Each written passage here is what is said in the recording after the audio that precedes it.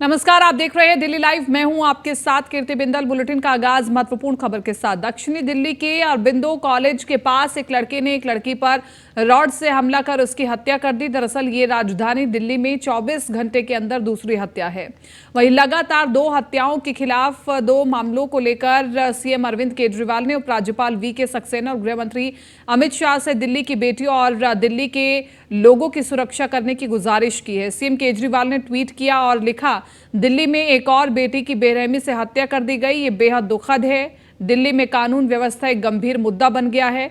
LG साहब और गृह मंत्री जी से गुजारिश है, पुलिस को थोड़ा एक्टिव कीजिए। दिल्ली की बेटियों और दिल्ली के लोगों की सुरक्षा बहुत महत्वपूर्ण है। ये ट्वीट किया है अरविंद केजरीवाल ने। राजधानी दिल्ली में तेज रफ्तार का कहर देखने को मिला है। अज्ञात वाहन ने स्कूटी को जोरदार टक्कर मार दी है। हादसे में स्कूटी सवार युवक की दर्दनाक मौत हो गई है। ये पूरा मामला दिल्ली के अलीपुर पल्ला रोड का है।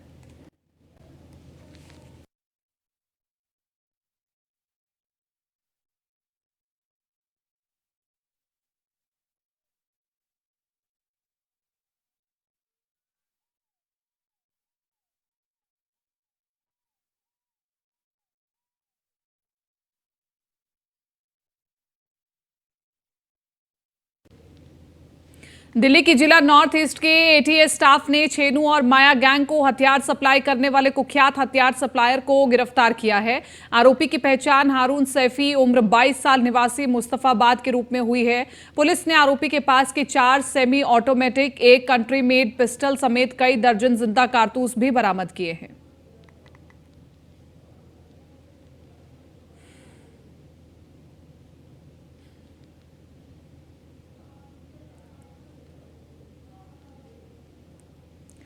दिल्ली की क्राइम ब्रांच की टीम को बड़ी सफलता हाथ लगी है। टीम ने ऑटो लिफ्टर गैंग का पर्दाफाश किया है। पुलिस ऑटो लिफ्ट गैंग के एक आरोपी को गिरफ्तार किया है।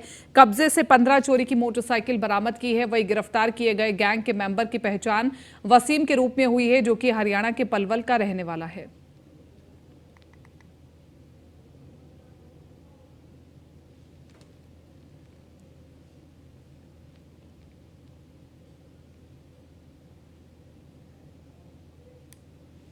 कृषक कल्याण मंत्री गणेश जोशी ने कौशाम्बी की सामान्य निकाय बैठक के लिए लिए गए निर्णय पर बैठक की और बैठक में राज्य व्यापार के विकास और बुनियादी ढांचे को लेकर की चर्चा हुई। इस दौरान मंत्री ने कहा कि सभी सदस्यों और प्रत्येक राज्य को कृषि वस्तु को मजबूत करना चाहिए। साथ ही किसानों को विकल्प प्रदान करने की बात कही।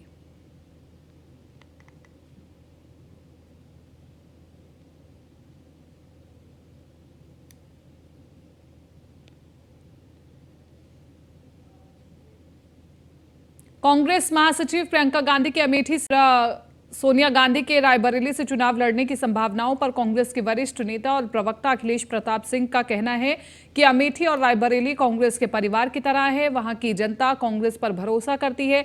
इसके साथ ही उन्होंने क्या कुछ कहा, आपको सुनवाते हैं। कांग्रेस पार्टी भी अपनी चुनाव की तैयारियों में जुटी हुई है। हमारे साथ बातचीत करने के लिए कांग्रेस के वरिष्ठ नेता और प्रवक्ता अखिलेश प्रताप सिंह जी हैं। सर, तमाम खबरें निकलकर सामने आ रही है। निश्चित रूप से कांग्रेस पार्टी तैयारियों में लोकसभा की जुटी हुई है। कहा जा रहा है कि अमेठी से प्रियंका गांधी जी चुनाव लड़ सकती है, रायबरेली से सोनिया गांधी जी चुनाव लड़ सकती है। इस खबर में कितनी सत्यता है और किस तरीके से आप लोगों की तैयारियां? देखिए, प्रियंका जी, सोनिया जी इस देश के शीर्षतम नेता हैं और अमेठी और रायबरेली सोनिया जी प्रियंका जी की एक्सटेंडेड फैमिली है। वहाँ पारिवारिक रिश्ता है, वहाँ राजनीतिक रिश्ता नहीं है।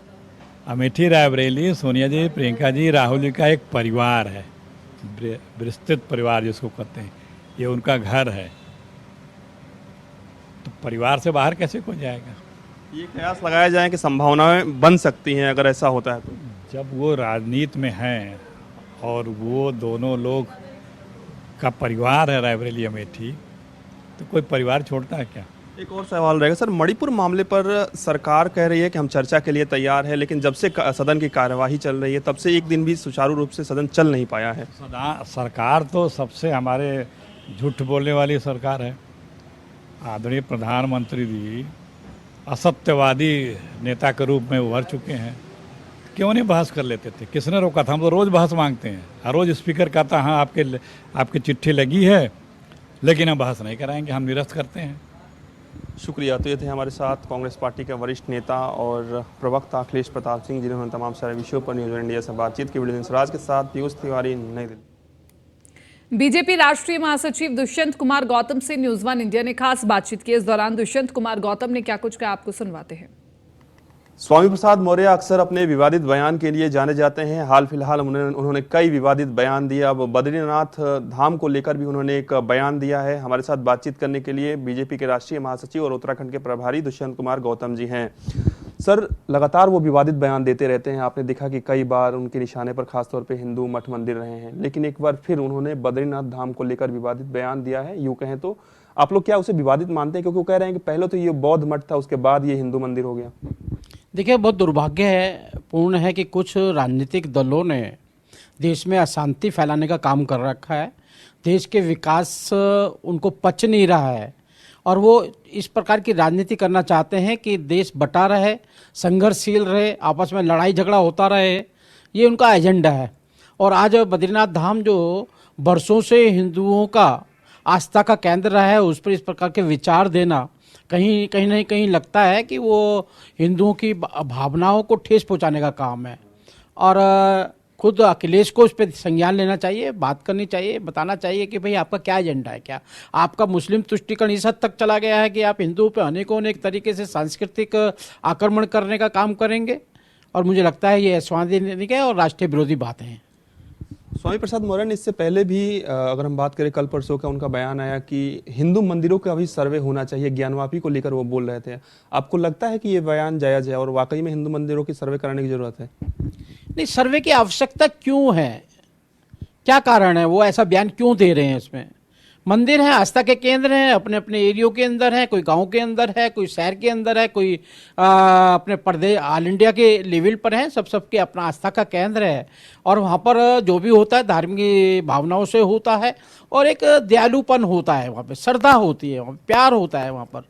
और मुझे लगता है कहीं ना कहीं ये समाज के अंदर एक जहर घोलने का काम कर रहे हैं। और सर्वे करना चाहिए तो ये सर्वे करना चाहिए, कोई अनैतिक कार्य तो नहीं हो रहे।